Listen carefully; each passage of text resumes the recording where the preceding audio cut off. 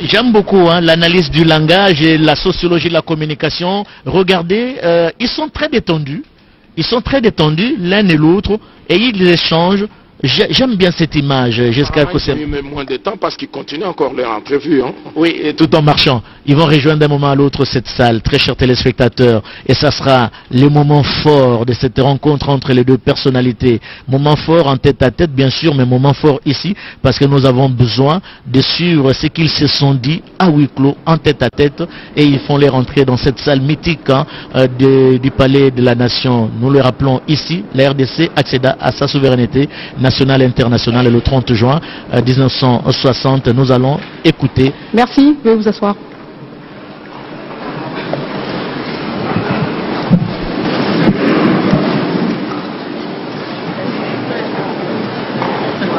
Madame, vous allez rester ici tout le long pour savoir.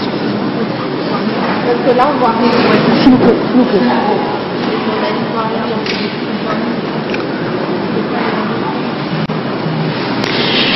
Excellences, Messieurs les présidents de la République démocratique du Congo, de la République française, bonjour et bienvenue à ce point de presse. Monsieur Macron, bienvenue encore une fois en RDC. Nous allons prendre les questions des journalistes du côté français et côté congolais. Nous avons 2 questions de chaque. Mais avant cela, Monsieur le président de la RDC, Monsieur Félix Tshisekedi, vous venez de recevoir votre homologue français pour un tête-à-tête. Est-ce qu'on peut savoir quelles sont les conclusions de ces échanges et qu'est-ce qu'on peut dire sur la relation franco-congolaise? Où est-ce que nous en sommes? Merci Madame. Avant toute chose, je voudrais souhaiter la bienvenue au président de la République française, le président Emmanuel Macron. Cher Emmanuel, tu nous fais un grand plaisir de venir en ce moment à Kinshasa, capitale du pays où nous sommes victimes d'une agression injuste et barbare. C'est dans le malheur, dit-on, qu'on reconnaît les amis, et le président Macron est là pour ça. Les relations entre la République démocratique du Congo et la République française sont au beau fixe. Et après la discussion que nous avons eue, le président Macron et moi, je peux dire que nous avons tracé les pistes d'une coopération encore plus importante. Vous savez que le président Macron a dernièrement esquissé les grandes lignes de sa nouvelle vision de la politique française en Afrique. Je l'ai encouragé à ce sujet parce que j'estime que la France-Afrique est dépassée et que si la France veut être aujourd'hui en compétition avec tous les autres partenaires de l'Afrique, elle doit se mettre au diapason évidemment de la politique africaine par rapport évidemment à ce que les peuples africains veulent et de la manière dont les peuples africains regardent désormais les partenaires de coopération au développement avec qui ils sont en contact. Je me suis réjoui d'apprendre de la part du président français que cette approche est aussi la sienne et que je lui laisserai évidemment le soin de préciser cela et que moi j'allais dire cela va dans le sens évidemment des intérêts de l'Afrique. Pour ce qui est de ce que j'ai évoqué en entrée en matière, c'est-à-dire cette agression injuste et barbare, comme vous le savez, il y a eu un mini-sommet à Addis Abeba récemment, au cours duquel nous avons désigné le président João Lourenço de l'Angola, ainsi que le facilitateur désigné par la communauté d'Afrique de l'Est, l'ancien président kényan, Uhuru Kenyatta. Nous leur donc avons confié la mission d'approcher les rebelles, les terroristes du M23, et le processus est en cours. Je n'en dirai pas plus. De mon côté, j'ai reçu des émissaires du président João Lourenço.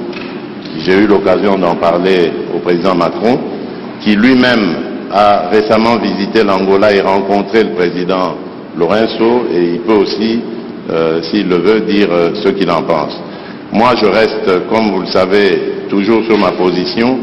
Je demande à voir, parce que nous ne sommes pas au premier processus près. Les cessez-le-feu, nous les avons déjà décidés depuis le processus de Nairobi. Ensuite, il y a eu celui de Luanda, où il y a eu encore un cessez-le-feu plus un calendrier qui commençait le 25. Après le cessez-le-feu, il y avait le retrait jusqu'au 15 janvier, et puis ensuite le cantonnement. Rien de tout cela n'a été fait. Nous demandons à voir. Nous donnons la chance à la paix, car comme je vous l'ai dit, ma présidence, elle est destinée plutôt à favoriser la cordiale entente entre les peuples, à commencer par les peuples des pays voisins.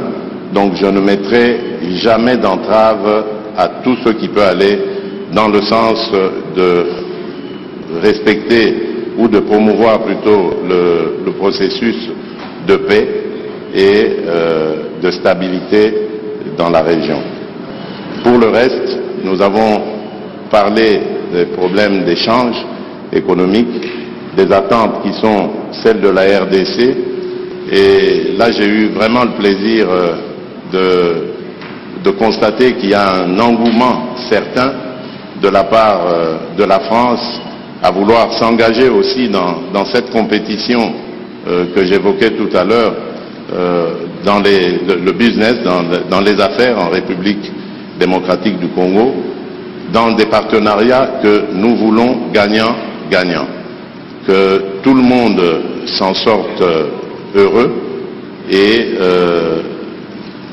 avec le sentiment d'avoir réalisé des partenariats qui sont satisfaisants.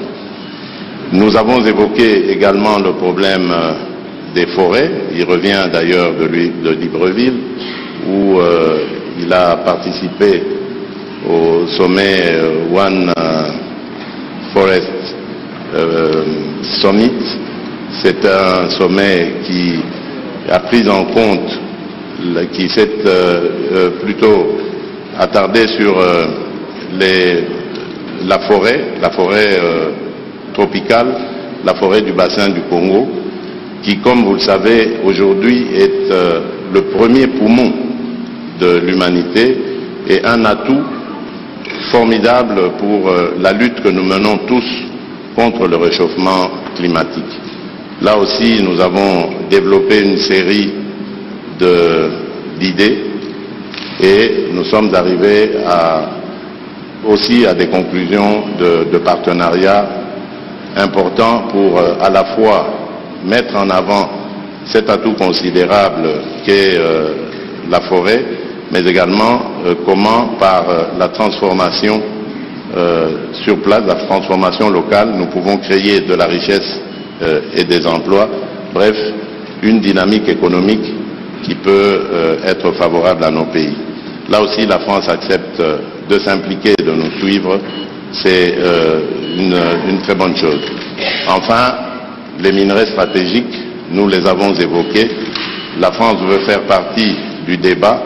Ce qui m'a le plus intéressé, c'est ce partenariat qui va être conclu, je crois, avec la firme française BRGM, qui va nous apporter son savoir-faire et nous accompagner dans la certification de nos minerais, la cartographie, et plus tard, évidemment, ça nous aidera à pouvoir mieux exploiter ces domaines. Donc voilà en bref ce que nous avons passé comme sujet, et je peux dire en conclusion que la France revient en force en République démocratique du Congo.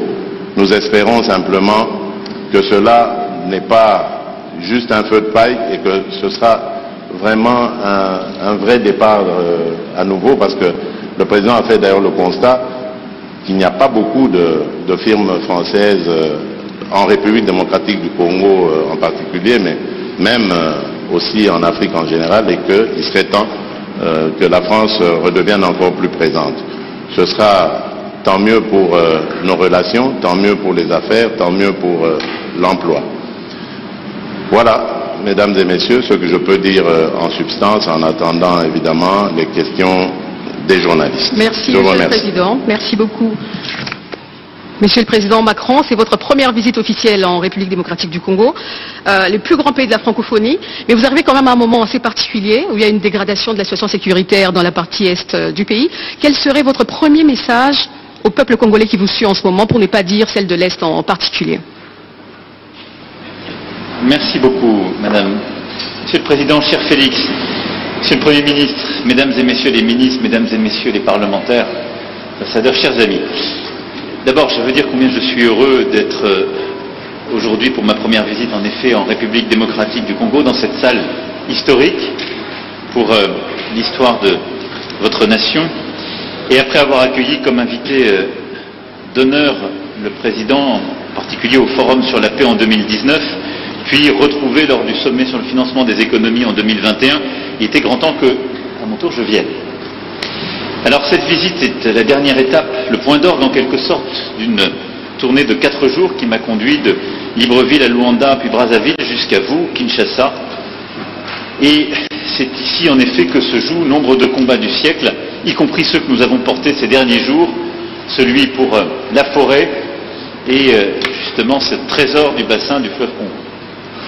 Alors cette visite, vous l'évoquiez à l'instant, arrive à un moment particulier pour la République démocratique du Congo, et j'en mesure toute la gravité. Elle intervient à un moment, vous l'avez dit, Président, où une région, un peuple, un pays, vit le nouvel acte d'une tragédie qui, depuis près de 30 ans, ne s'est jamais vraiment éteinte.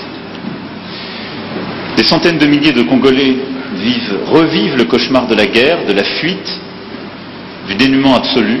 Une ville, Goma, est à nouveau sous la menace d'une rébellion qui emprunte de nouveaux acronymes, aujourd'hui le M23, mais dont le visage et les soutiens extérieurs et l'agenda sont connus. La France ne s'est jamais résignée à une soi-disant fatalité de l'histoire.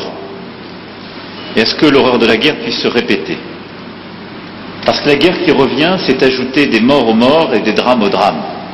Et en disant cela aujourd'hui, je veux également pleinement mesurer le poids de l'histoire, les drames qui se sont joués dans votre pays, les crises et guerres précédentes, qui nécessiteront que la justice pour le temps présent et la justice pour les crimes passés puissent passer. Face à une histoire dont le nombre de victimes équivaut à celui des guerres mondiales que nous avons vécues, la France ne prétend pas, et je ne prétends pas, avoir seule une solution. La solution est dans un réveil collectif, dans la prise de conscience qui se joue ici, qui est l'affaire de tous et de toute la région. Et aux crimes et aux tragédies qui se déroulent sous nos yeux, nous ne devons pas ajouter l'oubli et l'abandon.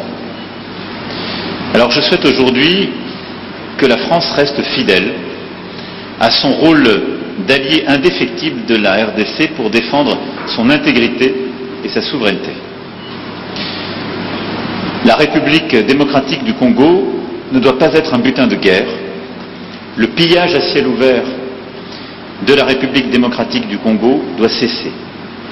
Ni pillage, ni balkanisation, ni guerre.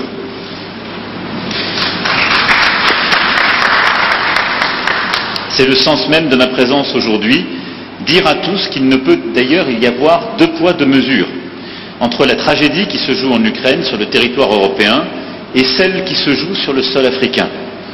Et la solidarité ne saurait être à géométrie variable. Et à cet égard, je veux vous saluer, Monsieur le Président, pour la clarté de vos expressions et de vos votes à l'Assemblée générale des Nations Unies quand il s'est agi de condamner l'agression russe et de défendre le droit international. Vous méritez la même clarté. Nous avons, au cours des derniers jours, écouté des acteurs humanitaires congolais et internationaux engagés sur le terrain. C'est la première réponse de court terme. Nous avons entendu leur alarme face au dramatique manque de moyens qui se profilent sur le terrain et les situations extrêmes qui sont à nouveau vécues par nombre de vos compatriotes. C'est pour cette raison que la France sera le premier État à répondre à l'initiative de l'Union européenne, annoncée ce matin même, de mettre en place un pont aérien humanitaire à destination de Goma. Nous allons débloquer une contribution immédiate de 34 millions d'euros d'aide humanitaire, laquelle s'ajoutera au montant de près de 50 millions annoncé par l'Union européenne. Nous nous tenons également à la disposition de l'Union européenne pour fournir des moyens de transport, civils ou militaires, et pour procéder à leur acheminement. Je veux ici remercier le commissaire européen Lenarčič d'avoir amorcé cette solidarité européenne qui se concrétisera dans les jours qui viennent par l'acheminement de plusieurs tonnes de matériel humanitaire au profit des populations déplacées dans la région de Goma et dans toutes les régions qui ont été affectées par ces mouvements rebelles et ces groupes terroristes. Le rôle de la France, c'est aussi de tout faire pour qu'il y ait un chemin vers la paix. Pour cela, chacun doit être à la hauteur de ses responsabilités. J'ai parlé il y a quelques instants au secrétaire général des Nations Unies, Antonio Guterres, qui est engagé pour faire jouer aux Nations Unies leur rôle indispensable, et je l'en remercie. Et donc ensemble, nous devons travailler, Union européenne, Union africaine, organisations sous-régionales, pays de la région et Nations Unies, à ce qu'on chacun donc apporte sa contribution pour enfin imposer la désescalade et la paix. À cet égard, je veux ici dire tout notre soutien au processus de Luanda et de Nairobi. Et suite à la dernière réunion qui s'est tenue en marge du sommet de l'Union africaine à Addis Abeba, notre soutien à la médiation que vous avez confiée. J'étais hier avec le président Lourenço, nous avons eu un très long échange sur le sujet, et le plan qui est aujourd'hui sur la table, qui a été agréé par tous, qui est en train d'être mis en œuvre, j'en suis convaincu, est le bon, à condition évidemment qu'à chaque étape il soit respecté et que le chronogramme qui a été décidé à partir du 28 février soit dûment respecté. Cessez-le-feu sur le terrain, mécanisme de vérification sous supervision angolaise, cantonnement du M23 sur votre sol, processus de désengagement, désarmement et réinsertion, déploiement de forces régionales, et je veux ici remercier les Kenyans, j'espère que les autres rejoindront, et je veux ici dire que nous serons évidemment mobilisés pour aider au financement, et désescalade dans un premier temps, retour à une paix durable ensuite. Tout ça est ce qui nous a longtemps manqué, mais tout ça dépend évidemment des pressions politiques, diplomatiques, économiques, pour que cela soit respecté. À cet égard, la discussion que j'ai eue avec le président, la discussion que nous avons eue avec le président Lourenço, la discussion que j'ai eue ce matin avec le président, cher Félix, et l'échange que j'ai pu avoir avec le président Kagame m'a démontré une chose: tous m'ont apporté un soutien clair au cessez-le-feu pour mardi prochain, qui est prévu dans le chronogramme, sur lequel se sont engagés aussi les représentants du M23 qui sont allés voir le président Lourenço. Nous verrons maintenant si chacun respecte la parole donnée. Mais si je dois retenir un seul motif d'optimisme, c'est que tous mes interlocuteurs adhèrent à ce plan porté par l'Angola, le Kenya, le Burundi, et je salue, cher Félix, le courage qui est le vôtre de donner une chance à ce plan et à la paix. Avec une exigence légitime, c'est que tous ceux qui s'y engagent respectent la parole donnée, les rendez-vous, les dates et l'effectivité des choix pris, des promesses tenues. Il nous revient d'être collectivement à vos côtés pour faire la démonstration que ce choix est le bon. Ceux qui s'en éloigneront auront une responsabilité écrasante et s'exposeront à la sanction de l'histoire. Et dans une région où la France a su regarder en face son propre passé, nous savons combien ce poids de la sanction de l'histoire peut être accablant. Je le disais en ouverture de mon propos, cette visite en un moment de gravité est aussi une visite d'amitié, d'espoir, et le président l'a évoqué à l'instant. Et c'est un espoir légitime parce que vous êtes un grand pays, et nos deux pays ont en quelque sorte en commun aussi de voir grand. Et pour transposer un mot célèbre du général de Gaulle, le Congo ne peut être le Congo sans la grandeur. Et donc, aucun pays d'Afrique n'est plus doté que le vôtre de richesses de toutes sortes et une capacité à saisir un destin d'exception. C'est pourquoi nous souhaitons bâtir un partenariat nouveau sur plusieurs axes. D'abord, vous aider à la pleine souveraineté sur le plan sécuritaire et militaire. Nous sommes déjà les premiers partenaires en termes de formation militaire de la RDC. Nous souhaitons faire davantage parce que la condition pour qu'il y ait, dans la durée, la fin des pillages, la fin du risque de balkanisation que j'évoquais, c'est qu'il y ait le retour de l'État régalien et des conditions de cet État régalien partout sur le territoire. Nous souhaitons être des partenaires dans la durée de ce travail. Formation, équipement, capacité à être à vos côtés, ça correspond au nouveau partenariat qui est le nôtre. Deuxièmement, c'est sur le terrain économique, vous l'avez dit. Nous allons cet après-midi, dans une conférence économique, illustrer ce que je disais lundi. Nous répondons aux demandes qui sont les vôtres. On ne vient pas plaquer des solutions. On vient avec des entreprises de toute taille, de tous ordres, et beaucoup d'entreprises nouvelles. Nous assumons d'être là, y compris pour défendre nos intérêts économiques, et on le fait en amenant avec nous toutes les compétences, et y compris les Européens. Et je me félicite que 2 commissaires européens seront à nos côtés cet après-midi. C'est pas simplement la France, mais la France et l'Europe, sur la base d'un partenariat équilibré et respectueux, et des services urbains si importants pour vous, on l'évoquait ensemble, du numérique jusqu'au domaine minier, où nous souhaitons travailler avec vous pour bâtir un cadre de confiance qui permettra une exploitation au service des Congolais, dans les meilleures conditions scientifiques, permettant justement la coopération et notre expertise. C'est, je crois, la clé de ce partenariat économique qui nous permettra aussi de faire mieux. Parce que l'Afrique est un théâtre de compétition. Il faut que cette compétition se fasse dans un cadre loyal, qui serve les intérêts des populations, qui aide à lutter contre la corruption, mais où nous avons notre place à jouer, ni plus ni moins. Ensuite, après le sécuritaire et l'économique, c'est la science et la recherche. J'aurai cet après-midi l'occasion et l'honneur d'être reçu par le professeur Mouyembe, découvreur du virus Ebola, dans ce fleuron de la recherche scientifique congolaise et africaine qui est l'Institut national de recherche biomédicale. Et je veux ici d'ailleurs rappeler combien la France a été engagée dans cette lutte contre le virus Ebola avec les meilleures équipes de l'INSERM, de plusieurs de nos laboratoires, combien nos chercheurs, nos épidémiologistes sont venus. Yves Lévy avait eu cette mission confiée il y a quelques années, ici même, et je veux saluer cette coopération, mais l'INRB dans le séquençage des virus les plus dangereux, dans la lutte contre la pandémie de Covid-19, dans la formation d'étudiants venus de toute l'Afrique, prouve tout ce qu'on peut accomplir quand notre coopération se donne les moyens. Et sur ce modèle qui est un fleuron de la coopération franco-congolaise, je souhaite qu'on aille beaucoup plus loin, et la ministre de l'Enseignement supérieur et de la Recherche pourra illustrer cette volonté dans de nombreux domaines d'échanges scientifiques et universitaires. Je souhaite aussi que nous puissions le faire dans les domaines de climat et de biodiversité autour de la question des forêts, si importante et que vous avez réévoquée. Enfin, voir les choses en grand, c'est le voir aussi pour la culture congolaise, c'est votre puissance. Il faut l'exercer, c'est votre intérêt, c'est le nôtre, d'avoir en Afrique et dans le monde, si je puis dire, l'équivalent d'un Nigeria francophone.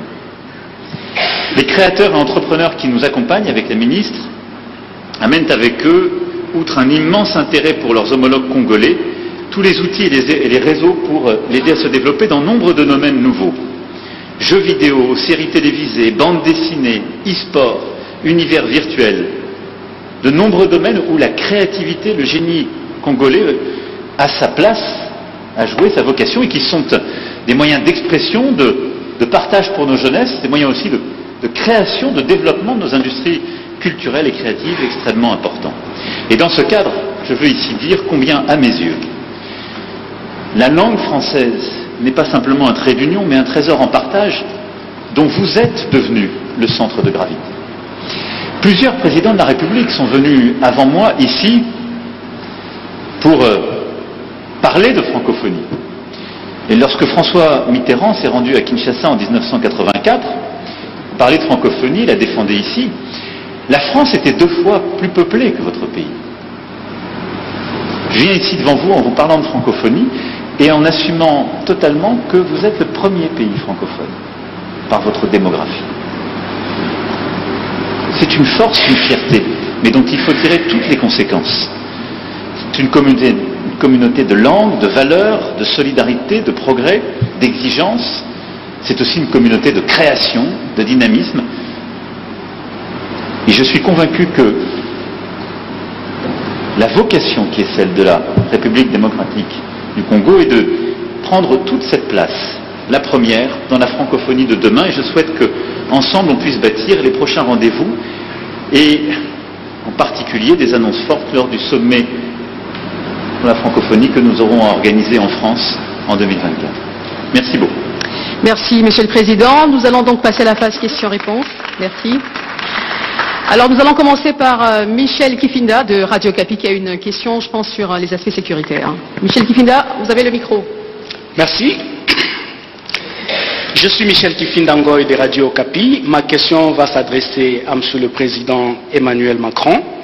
Monsieur le Président, la mémoire congolaise retient d'une façon fraîche que la France a joué un rôle pertinent dans le génocide rwandais et surtout dans l'entrée des FDLR en RDC avec l'opération turquoise. Vous vous rappelez, il y a eu un couloir humanitaire. On a fait entrer des militaires avec armes et munitions malgré l'opposition de l'autorité congolaise. Aujourd'hui, la RDC a déjà enregistré plus de 10 millions de morts. On est victime de notre solidarité. Comment la France compte-t-elle résoudre personnellement, puisque vous étiez là et c'est vous qui avez fait entrer ces militaires, cette problématique de la sécurité dans l'Est, et comment comptez-vous réparer le préjudice causé à la population congolaise? Ça, c'est le premier aspect de ma question. Le deuxième aspect de ma question, Monsieur le Président, puisque tous les rapports des experts des Nations Unies, Amnesty International et autres, attestent la thèse d'une agression rwandaise sous couvert du M23. Nous constatons que la France n'est pas assez chaude à condamner le Rwanda, à demander des sanctions, puisque vous siégez au Conseil de sécurité des Nations Unies, mais vous le faites avec agressivité contre la Russie. Pourquoi cette léthargie du côté congolais? Vous sentez-vous plus coupable de la mort de 800 000 Rwandais plutôt que de 10 millions de Congolais? Qui plus est, vous avez même donné 20 millions de dollars au Rwanda, pays agresseur à la RDC. La RDC peut-elle toujours continuer à considérer la France comme un pays ami? Merci, Monsieur le Président. Merci, Michel. Merci pour vos questions. J'ai dit dans mon propos introductif, et je vous le redis avec beaucoup de clarté, que la France est un allié de la RDC, continuera de l'être. J'ai dit avec beaucoup de clarté comment nous voyons la situation aujourd'hui, condamnant toute forme de pillage, de balkanisation, de menace de la souveraineté de votre pays. Je suis prêt à ouvrir tous les dossiers de l'histoire. Je l'ai fait avec le Rwanda. Si c'est le souhait du président Tshisekedi, je suis totalement favorable à ce qu'il y ait une commission d'historiens qui puisse assigner les responsabilités aux uns et aux autres. Vous avez rappelé une page sombre de l'histoire de la région. La France a assumé d'ouvrir tous ses livres et de la faire écrire par des historiens de manière totalement indépendante. Je pense que vous avez fait un raccourci qui, lui, n'a rien d'historique ni de juste entre le rôle qu'a pu jouer la France et la situation dramatique que j'évoquais, et la guerre, la deuxième guerre, avec les millions de morts dans votre pays, dont je rappelais la gravité. Donc je récuse le raccourci que vous avez fait et la responsabilité qu'on pourrait assigner à la France, parce que je suis pour la vérité, mais toute la vérité, je ne suis pas pour prendre tous les fardeaux. J'essaie de prendre les miens, et c'est déjà bien. Donc, oui, pour une commission d'historiens, pour faire ce travail, s'il vous semble utile au président, et donner les faits. Ensuite, soyons clairs, quelle est la situation depuis 1994 ? Plusieurs pays de la sous-région, il n'y en a pas qu'un, plusieurs, sont rentrés dans votre pays, et plusieurs groupes rebelles y ont prospéré, captant d'ailleurs beaucoup de richesses minières économiques qui devraient revenir à votre peuple. Et depuis 1994, ce n'est pas la faute de la France, pardon de le dire dans des termes aussi crus, vous n'avez pas été capable de restaurer la souveraineté, ni militaire, ni sécuritaire, ni administrative de votre pays. C'est aussi une réalité. Il ne faut pas chercher des coupables à l'extérieur de cette affaire. Et donc on en est dans cette situation qui a conduit à des drames absolus, à cette deuxième guerre, à des millions de morts, qu'on ne doit pas oublier, à la nécessité aussi, ce qui est une responsabilité qui doit se faire ici, c'est pas la France ou d'autres de le faire, de mettre en place une vraie justice, une justice transitionnelle qui est la clé pour que celles et ceux qui parfois ont tué soient jugés. Et parfois ils évoluent encore, ils sont là, ils sont encore avec des responsabilités. Comment voulez-vous qu'il y ait une paix durable et de la confiance dans un pays quand la justice n'est pas passée? Ne demandez pas, n'accusez pas la France pour quelque chose qui dépend de vous, là. C'est une réalité aussi. Mais très clairement, sur cette situation, depuis 30 ans, a pris un tour inacceptable. Donc voilà. Oui pour faire la vérité sur l'histoire, non pour prendre tous les fardeaux. Et si on est clair, soyons clairs jusqu'au bout et assignons toutes les responsabilités, y compris les responsabilités congolaises, y compris les responsabilités de la sous-région. Bâtissez une armée solide, construisez la sécurité et le retour de l'État partout sur le territoire, faites passer la justice transitionnelle pour que vous n'ayez pas des coupables et des criminels de guerre encore en responsabilité ou sur le terrain, soyez intraitables avec tous les voisins de la région quand ils viennent vous piller et nous serons à vos côtés. Je ne peux pas être plus clair sur ce sujet. La clé dans la durée, on l'évoquait avec le président Tshisekedi. C'est très clairement d'avoir la capacité de tenir tout le territoire et un discours de vérité avec toute la sous-région, parce qu'on ne peut pas rester sur un modèle économique qui consiste à ce que des ressources soient prises ici pour permettre, en quelque sorte, la stabilité économique de voisins. À ça s'ajoute un devoir aussi qui est de répondre à la menace terroriste. Je l'évoquais tout à l'heure rapidement. Les ADF sont des groupes qui n'ont pas de proxy régionaux. Ce sont des groupes terroristes sur votre sol qui menacent la stabilité et qui peuvent s'étendre, on l'a vu dans d'autres régions africaines, avec des conséquences terribles. Et ces mouvements terroristes islamistes, il faut aussi les combattre, c'est une question de sécurité nationale. Ensuite, pour ce qui est du M23 et des sanctions. J'ai toujours été très clair, et la France a constamment condamné le M23 et tous ceux qui le soutiennent. Et je suis ici pour que chacun prenne ses responsabilités, y compris le Rwanda. Aujourd'hui, la région assume ses responsabilités en mettant un plan de désescalade sur la table. Il est à ses premiers pas. D'abord, il marque une convergence entre des mécanismes qui étaient séparés jusqu'alors. Ensuite, il commence à fonctionner, en tout cas je le regarde avec beaucoup d'estime, d'amitié, si je puis dire, et de soutien. Et nous sommes d'accord, y compris avec le président Tshisekedi, pour appliquer ce plan et donner une chance à la paix. Donc nous avons une opportunité de résoudre, je l'espère, la question du M23. Nous avons aussi l'opportunité de traiter, ce faisant, si ce plan avec son chronogramme sont appliqués, enfin la question des FDLR. Donc je vais être très clair, c'est pas aujourd'hui qu'on doit tout bousculer. Aujourd'hui, il faut donner une chance à ce plan, à la médiation angolaise, à l'engagement des uns et des autres résultats. Mais je serai tout aussi clair. Ceux qui feront obstacle à ce plan, et on le verra sur le terrain, puisque dans le cadre de la médiation, il y a un mécanisme de vérification sous pilotage angolais, qui pourra dire qui respecte, qui ne le respecte pas, avec des observateurs indépendants. Ceux qui feront obstacle à ce plan savent à quoi ils s'exposent, y compris à des sanctions. Merci. Alors nous avons Madame Leroux, Valérie, de l'agence France Presse, AFP. Oui, la première question s'adresse à Monsieur le Président Tshisekedi. Êtes-vous satisfait des annonces qui ont été formulées par votre homologue français et considérez-vous que la France a clarifié sa position sur la situation dans l'Est du pays comme les Congolais le réclamaient? La deuxième question est pour Monsieur le Président Macron. Vous êtes aujourd'hui à Kinshasa dans un pays qui se prépare à une échéance électorale importante à la fin de l'année. Craignez-vous, comme un de vos ministres des Affaires étrangères a pu le formuler dans le passé, qu'il y ait de nouveaux compromis à l'africaine pour la prochaine élection à venir, comme cela avait été formulé lors de l'annonce de la victoire de M. Tshisekedi? Et toute petite question supplémentaire, Monsieur Macron, vous avez beaucoup insisté durant votre tournée sur la fin de la Centrafrique, de la France-Afrique, pardon, excusez-moi. Votre visite hier à Brazzaville et les images du président français aux côtés de son homologue Sassou Nguesso ont été interprétées par beaucoup comme une forme de reliquat du passé. Est-ce que, à ce jour, on peut dire que la réalité impose peut-être de maintenir, de garder certaines pratiques du passé?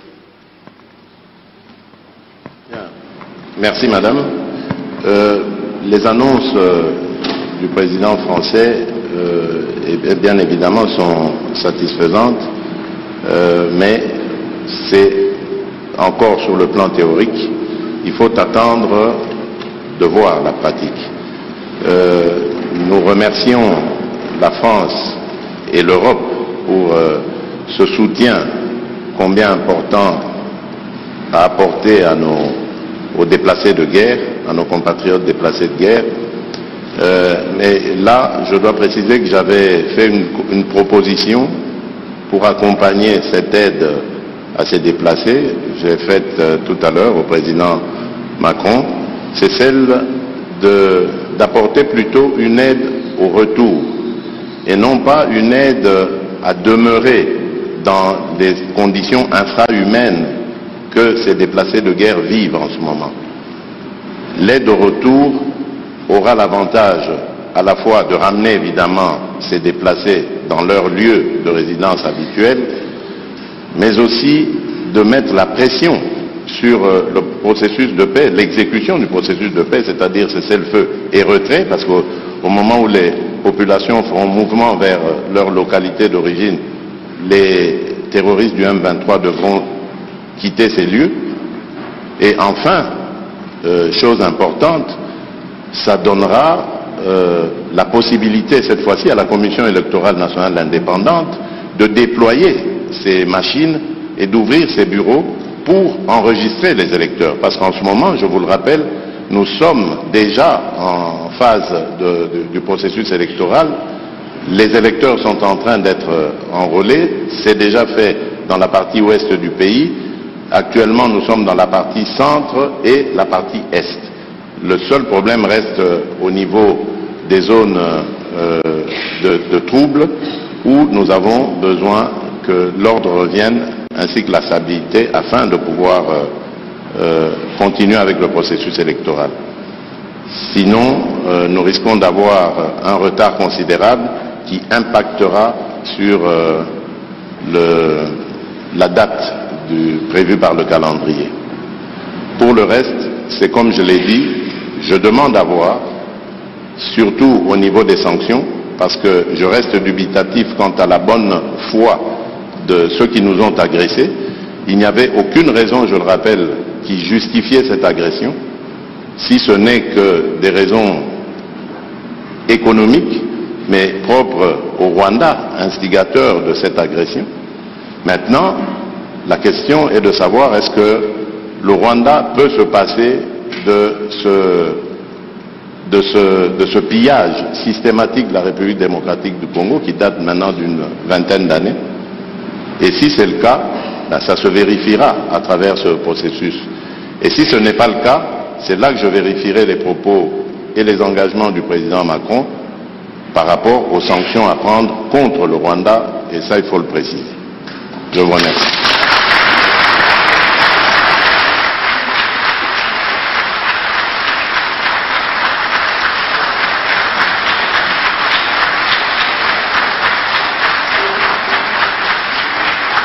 Alors, il y avait une partie de la question qui était adressée au président Macron. Alors, je veux d'abord peut-être dire très clairement que j'ai expliqué la position de la France. Nous avons pris des engagements humanitaires et politiques très clairs, y compris d'ailleurs sécuritaires. Mais ce n'est pas la France qui apportera la solution. Et je le dis ici avec beaucoup de clarté et d'humilité. Et je pense que c'est à la fois l'honnêteté et c'est la condition pour pouvoir être heureux. Parce que si on attend trop de quelqu'un ou si on arrive là dans le sentiment qu'on pourrait résoudre tous les problèmes, on finit tous malheureux. C'est pas vrai. Bon, ensuite, je l'ai dit au président, moi je soutiens le processus. Je fais confiance aussi à l'engagement du président Lourenço.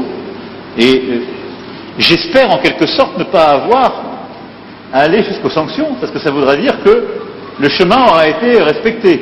Et je pense que tous ici dans cette salle, c'est ce que vous préférez. Parce que c'est ça qui permet d'éviter la guerre et de recouvrer une situation de stabilité. Enfin, sur les questions humanitaires, je voudrais distinguer deux choses. Il y a le pont humanitaire qu'on a décidé qu'on va financer de court terme, et il faut le faire parce que c'est livrer du matériel médical, de quoi se nourrir dans des situations d'urgence. Et ensuite, il y a la question de réfugiés et de déplacés, et je souscris à ce qui a été dit par le président, et nous accompagnerons ce mouvement sur le retour de ces populations vers des lieux qui auront été libérés par les M23. Puis le président m'a aussi parlé d'autres camps de réfugiés, cette fois-ci côté Rwandais. Sur ce qui est des élections à venir, il y a un calendrier, il y a un engagement. La France a toujours été très claire, c'est-à-dire là aussi. Je pense que si on veut que les choses marchent, il faut partir avec de la confiance et se donner les moyens de la confiance. Et donc qu'il y ait un processus loyal, qu'il y ait une commission nationale indépendante qui suive le processus, avec des personnalités incontestables d'un point de vue politique et neutre, et qu'il y ait des systèmes d'enregistrement et d'organisation du vote qui soient aux meilleurs standards, et qu'il y ait des observateurs régionaux, internationaux, déployés partout, avec peut-être d'ailleurs une association des communautés religieuses pour que de manière très locale il puisse y avoir des observations dans chaque bureau de vote, et qu'il y ait un processus de confiance qui soit mis en place.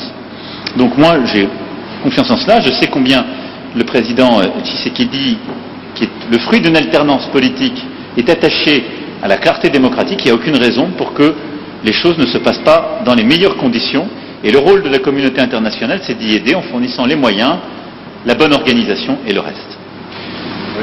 Pour ce qui est de la France-Afrique, dont vous avez parlé, et de la fin de la France-Afrique et du fait qu'il n'y ait plus de France-Afrique, je ne suis pas sûr qu'on soit dans le meilleur pays pour en parler. Pas une façon de me défausser. Absolument. Mais c'est une réalité, là aussi. Mais qu'est-ce que ça veut dire?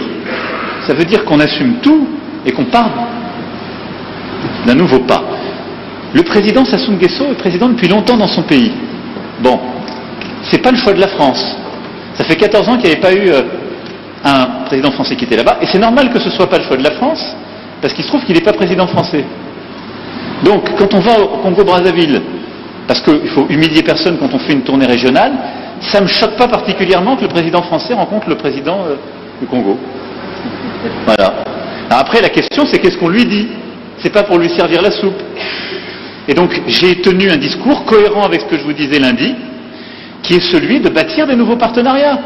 Une politique pour le climat et la forêt qui correspond à nos ambitions et l'application de ce qu'on a lancé à Libreville. Une politique culturelle nouvelle en défendant justement les artistes, y compris les plus insolents et les plus innovants. De nouveaux partenariats en matière économique pour les petites et moyennes entreprises, pour faire davantage là-bas et améliorer le cadre d'affaires, ce que je lui ai demandé parce qu'il n'est pas bon aujourd'hui. Donc c'est une politique exigeante, sincère, d'avenir. Voilà.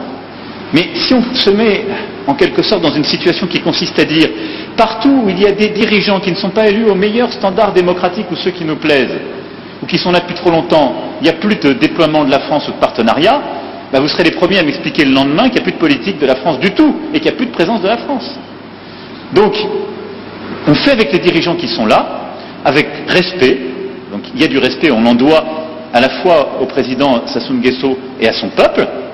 On le fait en constatant nos accords et nos désaccords et en essayant de bâtir une politique d'avenir et en disant ce qui ne va pas quand ça ne va pas, ce que j'ai fait hier. Donc je pense que c'est cohérent. Mais c'est exigeant.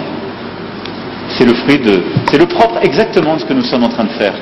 Avec le continent africain, je pense qu'il le mérite, parce que c'est un immense continent d'avenir avec lequel on a une histoire plurielle, si je puis utiliser ce terme, multiple, mais qui est un continent que j'aime. Merci beaucoup. Monsieur le Président, vous avez une réaction par rapport à la question qui a été posée? Oui, je voulais réagir par rapport à cette question sur le compromis à l'africaine, enfin ce petit commentaire, pour dire que, voyez-vous madame, c'est justement ça qui doit changer dans nos rapports avec la France en particulier, mais l'Europe en général, l'Occident. Votre façon de voir les choses lorsqu'elles se passent en Afrique. Quand il y a des irrégularités aux élections américaines, on ne parle pas de compromis à l'américaine.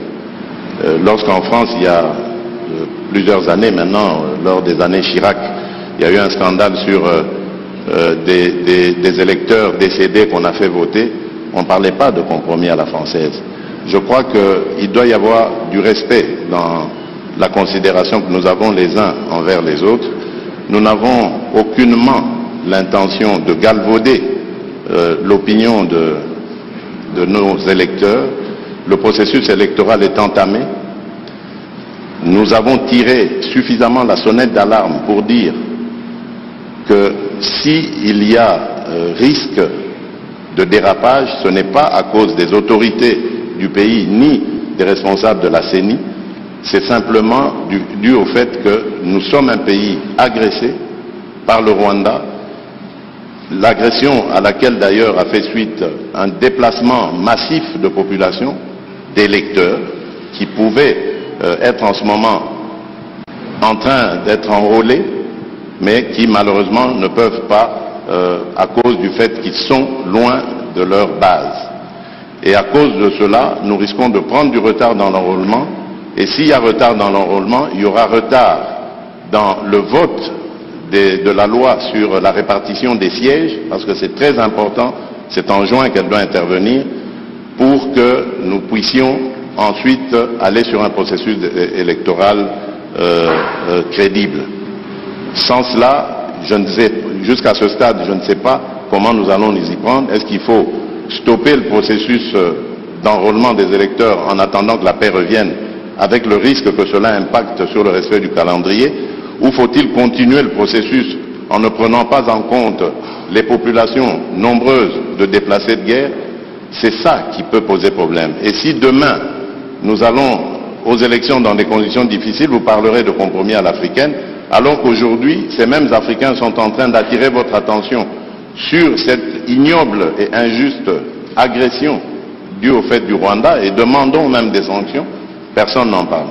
Voilà ce que je voulais apporter comme précision pour dire, ça aussi, ça doit changer dans la manière de coopérer avec la France et l'Europe.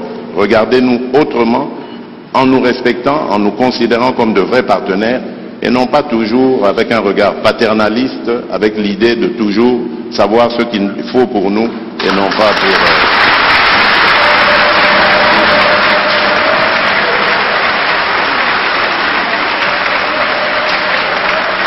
Voilà, merci. Je pense que le président Macron a eu une réaction. Malgré les vivas, si le président Tshisekedi m'y autorise, je voudrais apporter un commentaire au commentaire. Je m'explique. D'abord, je pense que c'est très bien parce qu'on lève beaucoup de malentendus à travers ce jeu de ping-pong. D'abord, je veux que vous sachiez que quand il y a des problèmes électoraux aux États-Unis d'Amérique ou en France, la presse française en parle. Elle les dénonce, elle l'explique, elle s'en saisit, et elle en parle de manière aussi intraitable qu'elle le fait quand elle parle de vous. Donc il n'y a pas de double standard. Ce qui serait inquiétant, c'est si la presse française n'en parlait pas pour vous, mais elle en parle aussi pour nous. Mais pas de compromis. Non, mais elle parle de tout, elle parle de malversation quand il y en a. Elle parle beaucoup plus, elle va beaucoup plus loin, il n'y a pas de sujet. Elle essaie de dire la vérité, c'est le travail d'une presse indépendante. Et donc, il ne faut pas être choqué que la presse, quand elle a écho, quand elle entend des oppositions qui disent qu'il y a des problèmes, vous pose la question. Ce serait un double standard si elle disait on est en Afrique, donc on ne pose même pas la question, c'est pas un sujet. Non, elle pose la question, mais elle le fait aussi chez nous.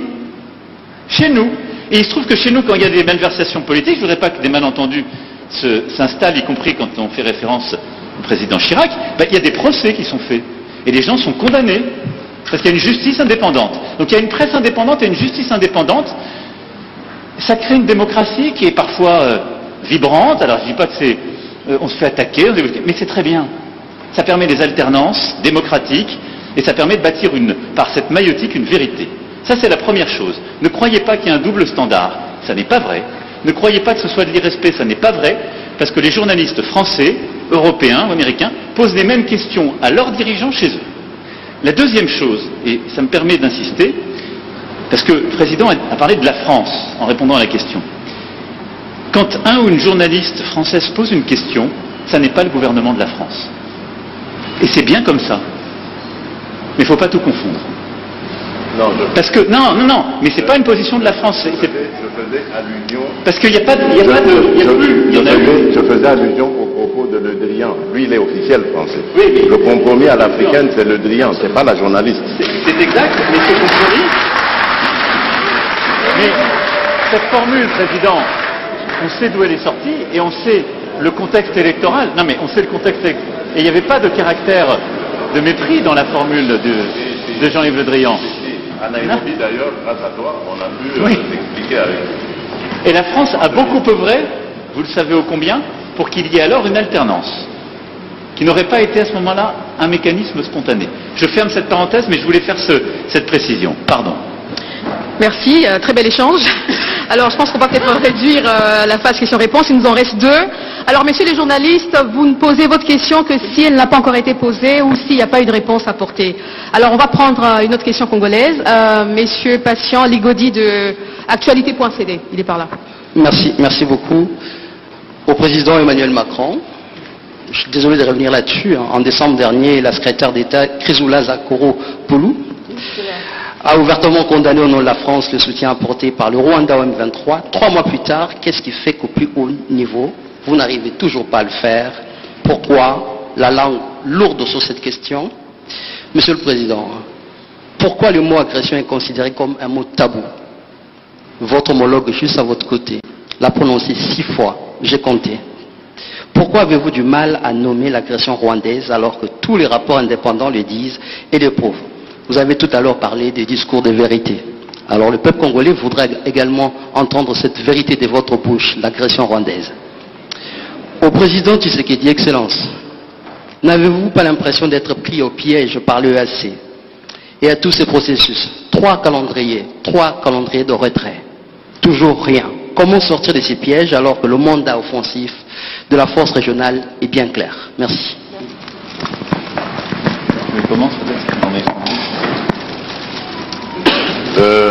Être pris au piège, je ne pense pas. D'abord, lorsque la République démocratique du Congo a décidé d'adhérer à l'EAC, ce n'était pas pour des problèmes sécuritaires. Au contraire, c'était pour des problèmes d'avantages douaniers. Je vous rappelle ici que la majeure partie de nos compatriotes vivant à l'Est, les opérateurs économiques j'entends, et même bien d'autres dans d'autres secteurs, travaillent souvent avec les pays d'Afrique de l'Est. Et lorsqu'il y a importation de denrées de tout genre, c'est par les ports de Mombasa et de Dar es Salaam principalement que cela vient.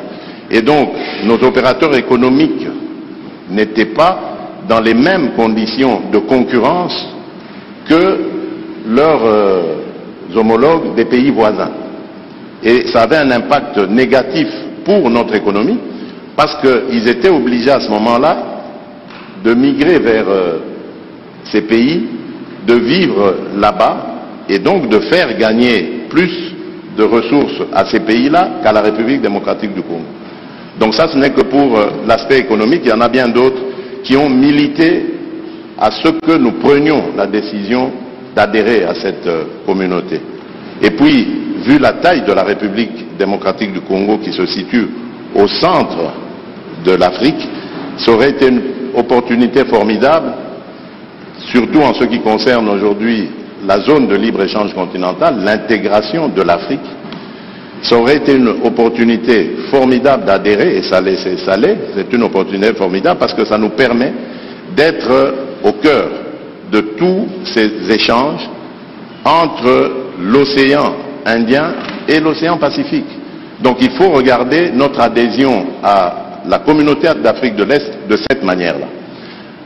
Malheureusement, entre-temps, par accident ou par velléité hégémoniste ou de pillage de nos ressources, le Rwanda nous fait la guerre, mais cela ne doit pas remettre en cause toute la raison d'être de notre adhésion dans cette communauté.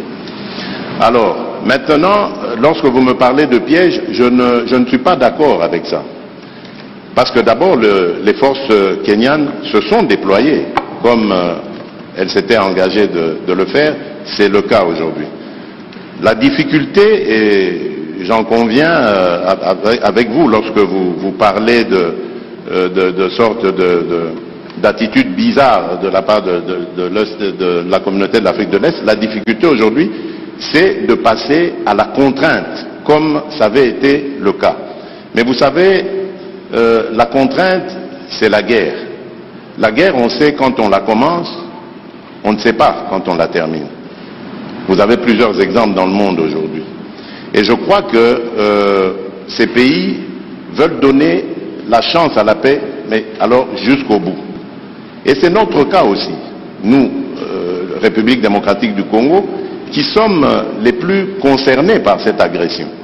Parce que, à cause de cette agression, nous sommes obligés aujourd'hui de consacrer nos ressources à renforcer les capacités de notre armée, alors qu'on pouvait continuer avec notre programme de développement local des 145 territoires, avec le financement de la gratuité de l'enseignement, avec le financement de la gratuité et de la couverture santé universelle.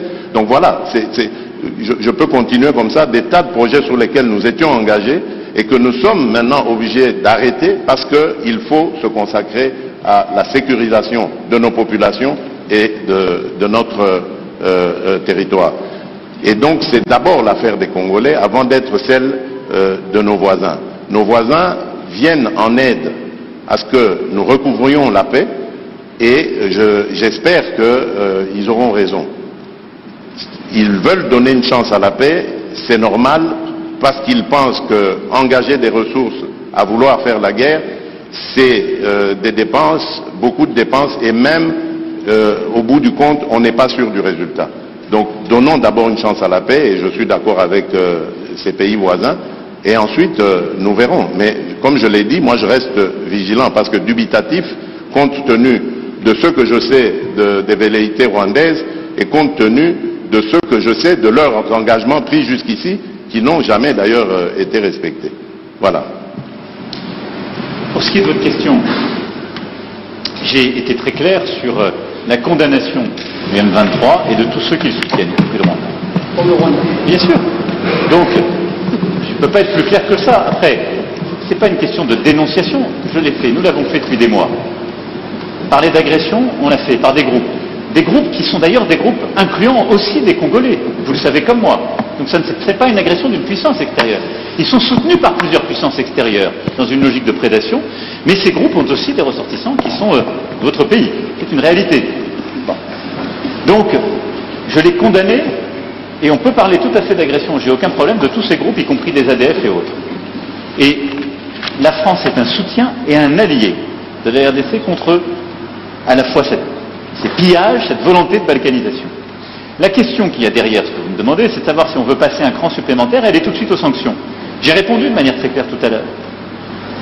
Nous dénonçons, nous condamnons, nous accompagnons le processus de médiation régionale, mais au moment où, pour la première fois depuis des mois, alors que jusqu'alors ces processus avaient été mis en échec, par des refus de délivrer des visas pour permettre, par exemple, au M23 de bouger. Ça a été fait, ils ont pu aller à Luanda. Il y a un processus qui avance. On a un rendez-vous mardi, je serai intempestif à vous dire il faut tout de suite sanctionner. Donc je vous l'ai dit, moi, je fais confiance à ce processus parce que je pense qu'on peut se faire plaisir, on peut faire de l'escalade de tribunes ici devant vous. Mais demain, c'est quoi l'alternative au plan de paix régional? C'est la guerre. Est-ce que je souhaite la guerre pour vous? Non. Donc je souhaite défendre ce plan de paix régional qui me paraît sérieux, crédible et qui engage toutes les forces de la région. Parce que je n'ai pas trouvé de solution plus intelligente et plus crédible. Et donc dans ce cadre, je préfère faire confiance avec exigence, dire ce que nous attendons du Rwanda et des autres voisins, c'est de s'engager et de respecter les rendez-vous qu'ils se donnent, sous la supervision des médiateurs, et s'ils ne respectent pas, alors oui, il doit y avoir des sanctions. Je vous le dis très clairement. Mais au bon moment et en fonction du processus qui a été décidé par votre président et ses homologues à Addis Abeba et qui est sous cette médiation angolaise. Alors la dernière question est de Madame Méral Christelle de France Télévisions. Bonjour, Christelle Méral, donc France Télévisions. La question s'adresse à président français. Monsieur Macron, vous, après plusieurs jours en Afrique, vous rentrez donc demain matin en France. Le pays, mardi, pourrait être bloqué en raison de la réforme des retraites. Alors, est-ce que vous ne redoutez pas que le blocage s'installe? Et puis, si la réforme devait rester très impopulaire, est-ce que vous ne craignez pas que l'on vous reproche de ne pas être à l'écoute des Français? Vous comprendrez bien que j'ai déjà fait plusieurs commentaires sur cette réforme des retraites, qui a fait partie de mon engagement présidentiel, et je ne vais pas, depuis ici, compte tenu des sujets qu'on est en train d'évoquer, de la lourdeur de l'actualité, de l'importance stratégique de cette tournée en Afrique, faire de nouveaux commentaires sur les commentaires. Je n'ai pas grand-chose de neuf à dire.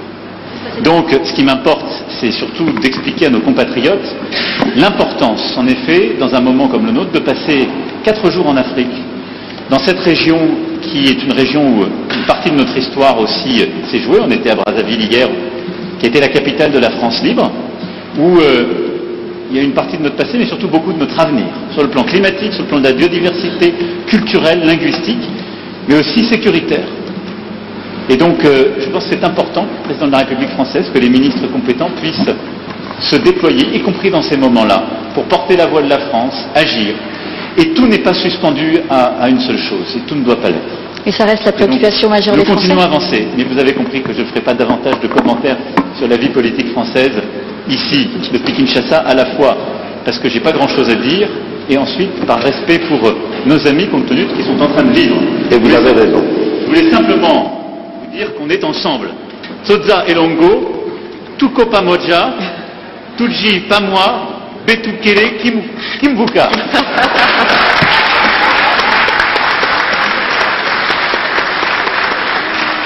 Merci beaucoup, Vos Excellences, Monsieur le Président de la RDC de la France, de vous être prêtés à ce jeu de questions-réponses. Merci à tous.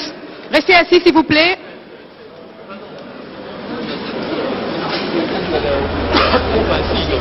L'un et de l'autre, qu'est-ce que nous pouvons retenir de ce jeu de questions-réponses avec la presse tant nationale qu'étrangère? D'abord, ce rendez-vous a tenu toutes ses promesses, sans tabou, sans fioritures, en français. Les deux chefs d'État ont été poussés jusqu'à leur dernier retranchement, surtout le président français. La question lui a été clairement posée en ce qui concerne son attitude par rapport au Rwanda, et sa réponse est claire, sans les nommer. Il condamne les M23.